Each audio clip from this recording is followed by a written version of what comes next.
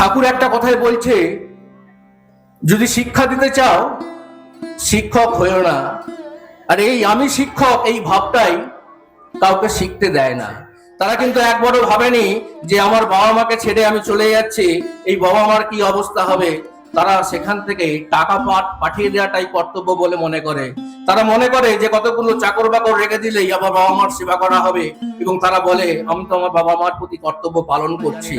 ঠাকুর বলছে, হীন হয়ে প্রত্যাশা না রেখে দান করো, তাহলে দয়ার দরজা খুলে যাবে। দাদা বলছে, তোমাদের ঠাকুর আমি ধরবো কেন? তোমাদের ঠাকুর কি নতুন কথা বলেছে? ওই দাদা বললেন যে তোমাদের ঠাকুর তো আবার একটা দল তৈরি করে ফেলছে। এই দল তৈরি করে করেই এই সমাজটা উচ্ছন্নে গেল। এই দল তৈরি করে করেই হিন্দু ধর্মটা বিচ্ছিন্ন হয়ে গেছে। বুদ্ধ ঈশায় বিভেদ করে শ্রী চৈতন্য রসুল কৃষ্ণে জীবোদ্ধারে হন আবির্ভাব, একই ওরা, তাও জানিস নে।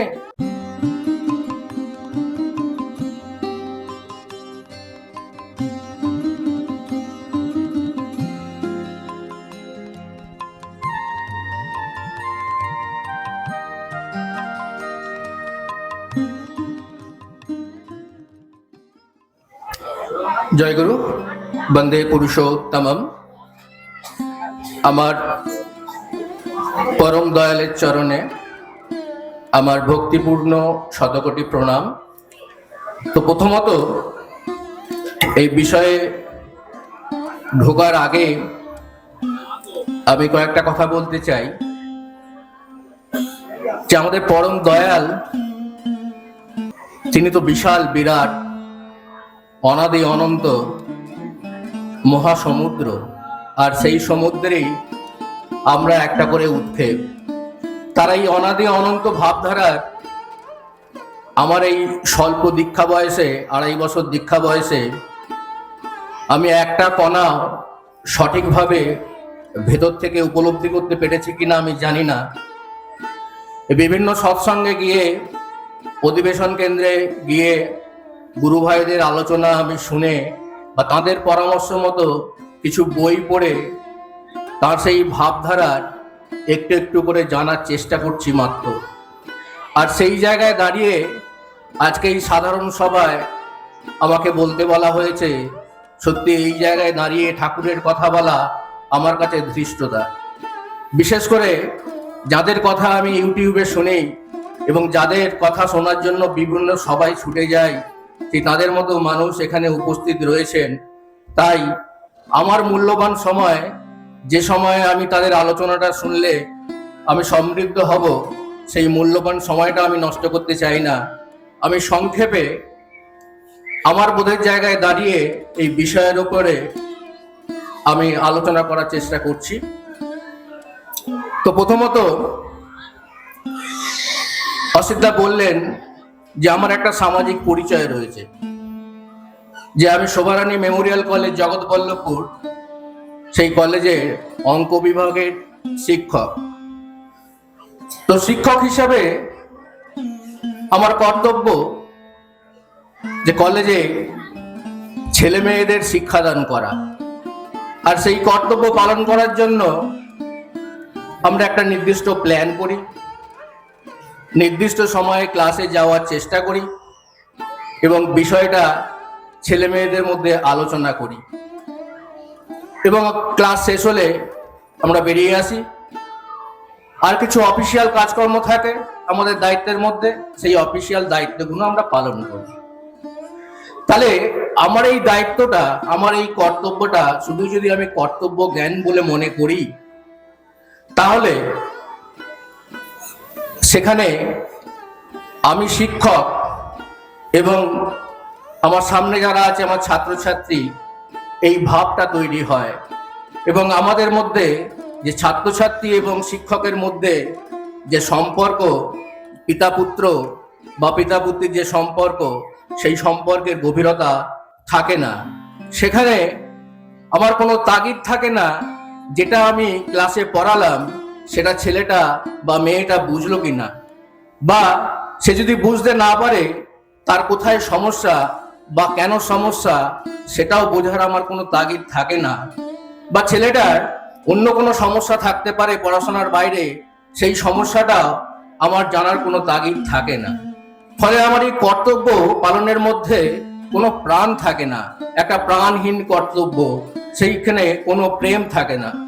কিন্তু যদি এই কর্তব্যের মধ্যে আমার প্রেম থাকতো, তাহলে কিন্তু এই ছাত্রছাত্রীদের মধ্যে আমার সম্পর্কটা আন্তরিক হতো, ছাত্রছাত্রীদের সঙ্গে আমার সম্পর্কটা খুব কাছের হতো, এবং আমি জানতে চেষ্টা করতাম যে আমি যেটা পড়ালাম, আমি যেটা বোঝালাম, যেটা আলোচনা করলাম, সেটা সঠিকভাবে তারা গ্রহণ করতে পেরেছে কিনা, এবং যদি গ্রহণ করতে না পারে তাদের কোথায় অসুবিধে। আমি যদি তাদের সঙ্গে সম্পর্কটা এই পিতাপুত্র বা বাপ মেয়ের সম্পর্ক যেরকম হয় সেই সম্পর্কের জায়গায় আমি দাঁড়াতে পারতাম, তাহলে হয়তো তাদের অন্যান্য সমস্যার কথাও তারা অকপটে স্বীকার করত, আলোচনা করত, এবং সেইগুলো যদি আলোচনা করত, তাহলে আমি শিক্ষক হিসাবে শুধু ওই ক্লাসরুমের মধ্যে বন্দি থাকতাম না, আমার শিক্ষার ক্ষেত্রটা আমার আরো বিস্তৃত হতো। আমি আমার সাধ্য মতো তাদেরকে সাহায্য করার জন্য আমি পরিকল্পনা করতাম, আমি ভাবতাম। তাই ঠাকুর একটা কথাই বলছে, যদি শিক্ষা দিতে চাও শিক্ষক হইও না। আর এই আমি শিক্ষক, এই ভাবটাই কাউকে শিখতে দেয় না। তাই আমার এই কর্তব্যের মধ্যে যদি প্রেম না থাকে, তাহলে কিন্তু আমার এই শিক্ষা যেটা আমি দিচ্ছি সেই শিক্ষাটা কিন্তু পূর্ণ হবে না। আমি কিন্তু তাদের অন্তরে আমি জায়গা করে নিতে পারবো না, যেটা তারা কলেজ জীবন পার করার পরেও আমাকে মনে রাখতে পারে। তারা বিভিন্ন প্রয়োজনে আমাকে কল করতে পারে, আমি আমার প্রয়োজনে তাকে কল করতে পারি। এটা কিন্তু গঠন হবে না। এই প্রসঙ্গে আমি দুটো কথা বলবো, আমার এক শিক্ষকের কথা, যে আমরা একটা জায়গায় ইংরাজি পড়তে যেতাম। তিনি আমাদের বলতেন, আমাকে স্যার বলবি না, আমাকে জেঠু বলবি। তিনি লুঙ্গি পরে এক জেঠু। আমরা পড়তে যেতাম একটা বাগানে, সেখানে পুকুর ছিল, সেখানে চারিদিকটা বাগান, ডাব গাছ। আমরা কখনো পুকুরে মাছ ধরছি, কখনো ডাব পাড়া হচ্ছে, ডাব খেতে যাচ্ছি, কখনো মাঠটায় খেলছি, আবার কখনো পড়তে আসছি। তো এইভাবে ওই জেঠুর কাছে আমরা আমাদের ইংরাজি শিক্ষা গ্রহণ করেছি, এবং জেঠুর ওই পড়ার জায়গাটাকে আমরা নাম দিয়েছিলাম জেঠুর পাঠশালা। আজকে সেই জেঠুর বয়স প্রায় 87। সেই জেঠু যার হাত দিয়ে অনেক ছাত্রছাত্রী বেরিয়েছে, তারা বিভিন্ন জায়গায় বিভিন্নভাবে প্রতিষ্ঠিত, অনেকে বিদেশেও রয়েছে। আজকে সেই জেঠুর 87 বছর বয়স, তিনি বেড রিডেন, বিছানায় শয্যাশায়ী।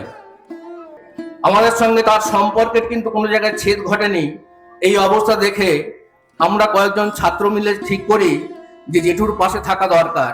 আমরা জেঠুর অনুমতি চাই এবং অনুমতি পাই। সেই অনুমতি পাওয়ার পর থেকে আজকে করোনার সময় থেকে এই মাসে একটিবার ওই জেঠুর কাছে আমার যাওয়া হয়, এবং সেই জেঠু সেই বিছানায় শয্যাশায়ী অবস্থায় যখন দেখে যে তার ছাত্র এসছে, ওই কাঁপা কাঁপা শরীরে উঠে এসে জড়িয়ে ধরে বলছে, আমি তোমাদেরকে ভালোবেসেছিলাম, বলো তোমাদেরকে যদি না ভালোবাসতাম তোমরা আমাকে মনে রাখতে না। এই যে তুমি আসছো, তুমি যদি বয়সে ছোট হতে আমি তোমাকে প্রণাম করতাম, তোমাকে ঈশ্বর পাঠিয়েছে, আমি তোমাদের ভালোবেসেছিলাম। তেমনি আমার জীবনে আমার ছাত্রদের কথা আমি বলি, আমি যখন টিউশন পড়াই এবং সেখানে ছাত্রছাত্রীদেরকে বাড়িতে ডেকে পড়াতাম, এবং তাদের মধ্যে কয়েকজন ছাত্র ছিল যে তারা গ্র্যাজুয়েশন পরীক্ষা দেবে না পরিকল্পনা করলো। তো তাদের অবস্থা দেখে আমি বললাম, তোরা আমার বাড়িতে থাক। তারা বাড়িতে থাকলো, তাদের সঙ্গে থেকে তারা আমার বাড়িতে খেয়ে তারা পড়াশোনা করলো। তারা এখন বিভিন্ন জায়গায় খুব ভালোভাবে প্রতিষ্ঠিত। আজকে পুজোর সময় তারা আমাকে ভোলে না। তারা যখন নিয়ে আসে পুজোয় বাড়ির জন্য, সবার জন্য গিফট নিয়ে আসে, তখন মনে হয় সত্যি আমার শিক্ষকতা জীবনটাই সার্থক হয়েছে। আমি এদেরকে ভালোবাসতে পেরেছি, ভালোবেসে পড়াতে পেরেছি, এটা মনে রেখেছি।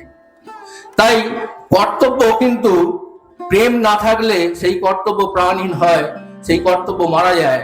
তেমনি আমরা বাস্তব জীবনের বিভিন্ন ছবি দেখি, আমাদের অনেকের বাড়িতে হয়তো বৃদ্ধ বাবা মা রয়েছে। এই বৃদ্ধ বাবা মাদের অনেকেই হয়তো আমরা দেখি কর্তব্য পালন করি, অনেকেই করি না। যারা কর্তব্য পালন করে তাদের কতগুলো বাস্তব ছবি আপনাদের সামনে আমি বলতে চাই। যে আমার দেখা, আমার চারিদিকে যে তারা বাবা মার প্রতি কর্তব্য পালন করে। কিন্তু যখন তার সন্তান হলো, তার সন্তানকে আধুনিক শিক্ষায় শিক্ষিত করার জন্য তাদের চিন্তা ভাবনা পরিবর্তন হতে শুরু করলো। তাকে ইংরেজি শিক্ষায় শিক্ষিত করতে হবে, এখানে আশেপাশে কোনো ভালো স্কুল নেই, সুতরাং কলকাতায় বা শহরে গিয়ে কোনো একটা বাসা ভাড়া নিয়ে থাকতে হবে, এবং সেই বাসা ভাড়া নিয়ে গিয়ে তারা কিন্তু তাদের ছেলে মানুষ করছে। তারা কিন্তু একবারও ভাবেনি যে আমার বাবা মাকে ছেড়ে আমি চলে যাচ্ছি, এই বাবা মার কি অবস্থা হবে। তারা সেখান থেকে টাকা পাঠিয়ে দেওয়াটাই কর্তব্য বলে মনে করে। তারা মনে করে যে কতগুলো চাকর বাকর রেখে দিলেই আবার বাবা মার সেবা করা হবে, এবং তারা বলে আমি তো আমার বাবা মার প্রতি কর্তব্য পালন করছি। কিন্তু সেই ছেলেটি যদি বাড়িতে থাকতো, তাহলে বাবা মা তার ছেলে মেয়েকে পেত, এবং বলে সুদের চেয়ে আসল বেশি নাতি নাতনি, সেই নাতি নাতনিকে সঙ্গে পেত। সেই বাবা মার সঙ্গে তাহলে বিভিন্ন সময়ে গল্প করে বাবা মার অভাব অভিযোগ শুনতো, বাবা মা তাদের অভাব অভিযোগ শেয়ার করতো, এবং সেই বাবা মার কি পছন্দ না পছন্দ সেটা আনতো।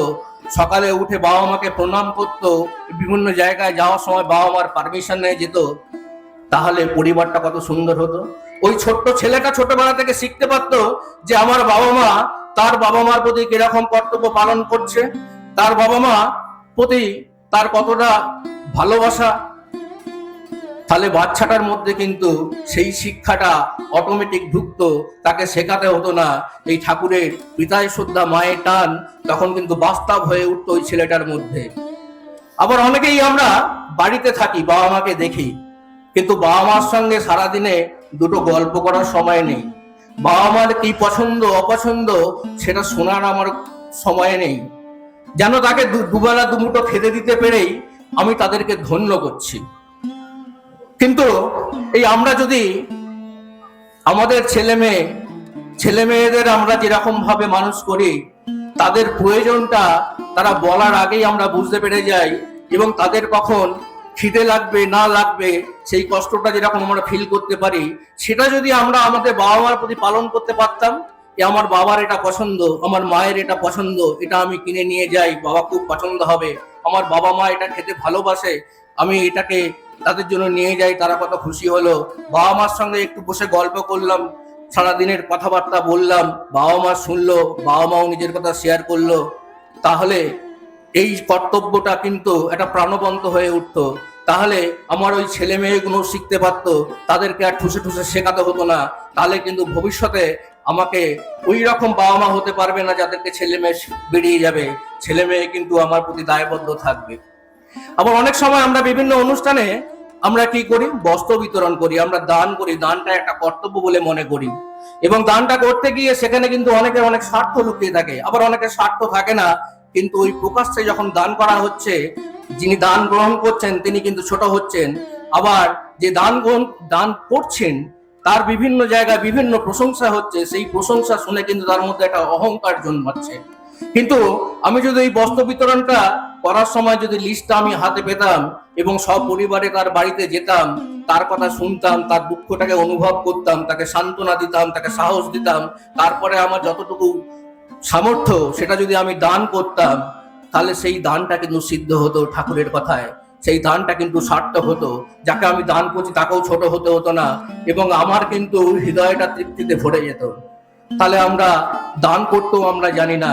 ঠাকুর বলছে হীন হয়ে প্রত্যাশা না রেখে দান করো, তাহলে দয়ার দরজা খুলে যাবে। তুমি যাকে দান করছো তিনি গুরু রূপে তোমার অন্তরের দয়া ভাব এর উদ্বোধন করে।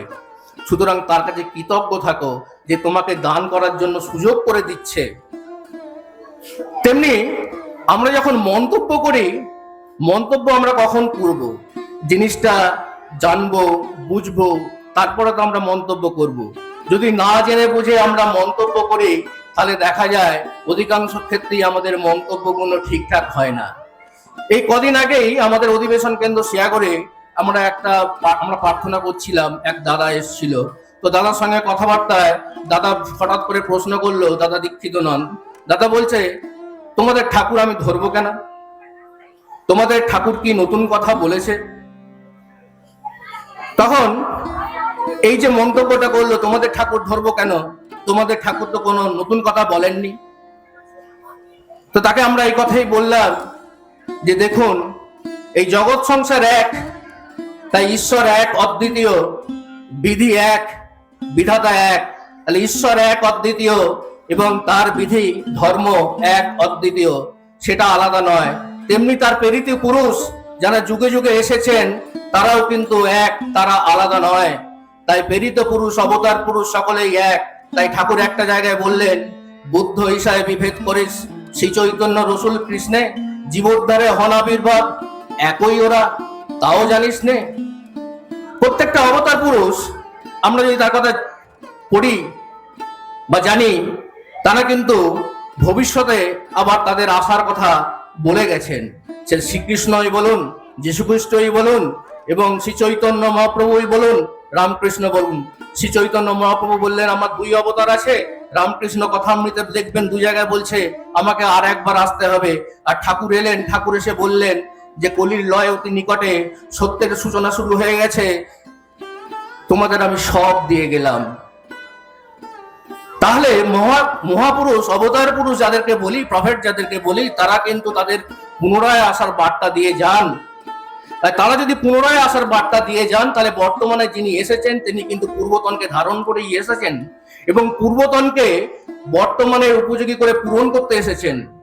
আমাদের যদি আমরা দেখি, আমি মাধ্যমিকের যে সিলেবাসটায় পড়েছিলাম, সেই সিলেবাস কিন্তু বর্তমানে যদি মাধ্যমিকে দেখা যায়, সেই সিলেবাসের একটা পরিবর্তন এসছে। তাহলে সিলেবাসের পরিবর্তন এসছে বলে কি পুরনো সিলেবাসটাকে বাদ দিয়ে দেওয়া হয়েছে? না, পুরনো সিলেবাসের সার অংশটাকে রেখে দিয়েই কিন্তু নতুন সিলেবাস তৈরি হয়েছে। তাহলে বর্তমান যখন আসেন, সেই পূর্বতনকে ধারণ করেই আসেন এবং পূর্বতনকে যুগের উপযোগী করে পূরণ করতেই তিনি আসেন। তাই তাকে ধরা মানে সবাইকে ধরা। কিন্তু আমরা যদি কেউ পূর্বতনে পড়ে থাকি, বর্তমানকে স্বীকার না করি, তার মানে আমি আমার পূর্বতনের কথাই কিন্তু অস্বীকার করলাম।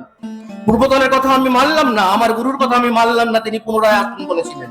তাই বর্তমানকে সবসময় স্বীকার করতে হয়। তিনি আমাদের বলে দেন কিভাবে চলতে হবে, বলতে হবে। আজকে চারিদিকটা যদি আমরা দেখি, যে ধর্মের নামে যে সমস্ত চলছে, সেটা যদি ধর্মের পরিচয় হয়, তাহলে কেউ ধর্ম করতে আসবে না। তাই ধর্ম, অবতার পুরুষ পূর্বে যখন যা বলে গেছেন, তার একটা কালো পরিক্রমায় সেই ধর্মের মধ্যে কিন্তু মানুষের মন গড়া কিছু কথা ঢুকে যায়। মানুষের মন গড়া কিছু ঢুকে গিয়ে ধর্মের সার জিনিসের মধ্যে অসার জিনিস চেপে পড়ে। আর সেই অসার জিনিসটাই আমরা ধর্ম মনে মনে করি, আর সেই অসার জিনিসটাকেই আমরা ধর্ম বলে পালন করতে থাকি।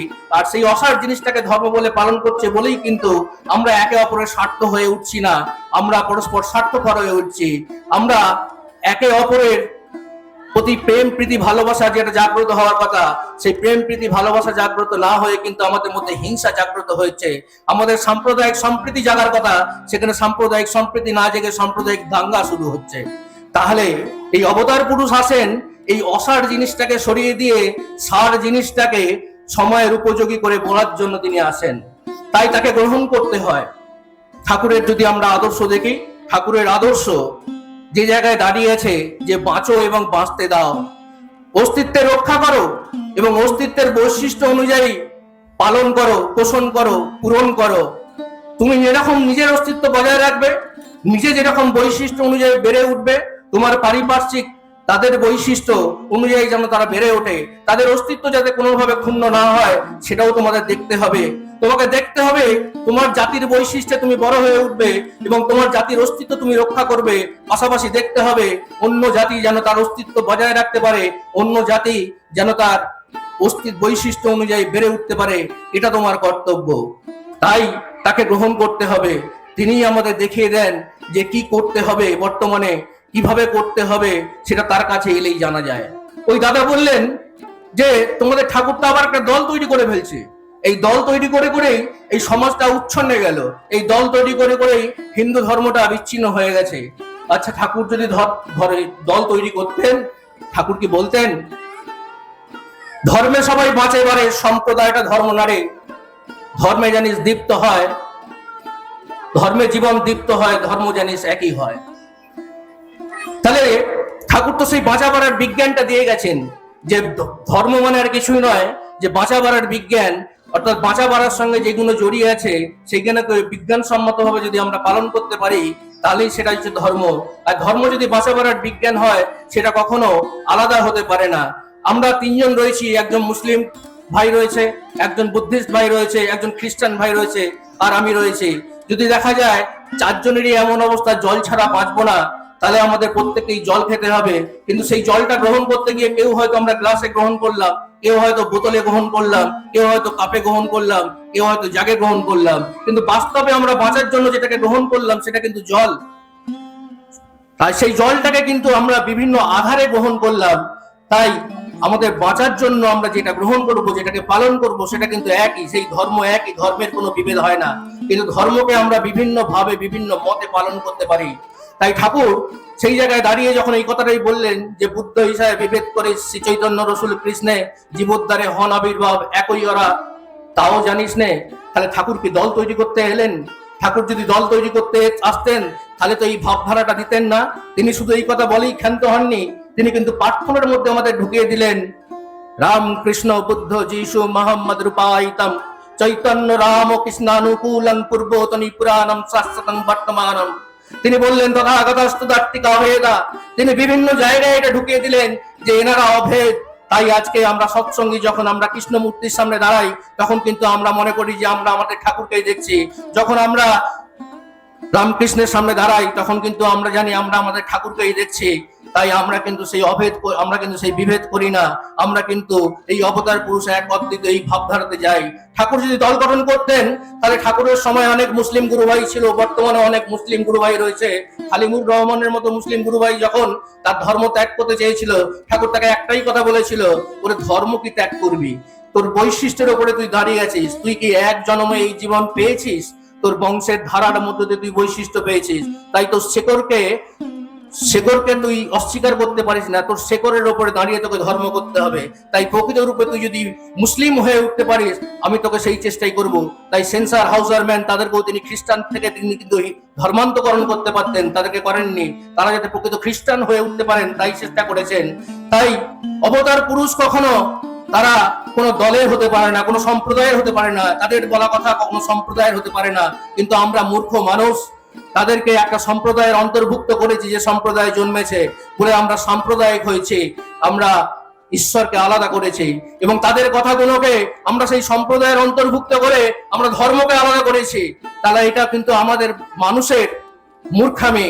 তাই আমরা মানুষ বুঝতে পারিনি, ঠাকুর এসেই সেটাকে আবার পরিষ্কার করে দিলেন যে তোরা প্রত্যেকে হিন্দু, একজন প্রকৃত হিন্দু হয়ে ওঠ, একজন বুদ্ধিস্ট প্রকৃত বুদ্ধিস্ট হয়ে ওঠ, একজন খ্রিস্টান প্রকৃত খ্রিস্টান হয়ে ওঠ, একজন মুসলমান প্রকৃত মুসলমান হয়ে ওঠ। একজন খাঁটি হিন্দু, খাঁটি মুসলমান, খাঁটি বুদ্ধিস্ট, খাঁটি খ্রিস্টানের মধ্যে কোনো পার্থক্য নেই। যাই হোক, আমার এই সংক্ষিপ্ত আলোচনা আমি এখানেই শেষ করছি। এখানে উপস্থিত সকলের মঙ্গল কামনা করে জয় গুরু, বন্দে পুরুষোত্তমম।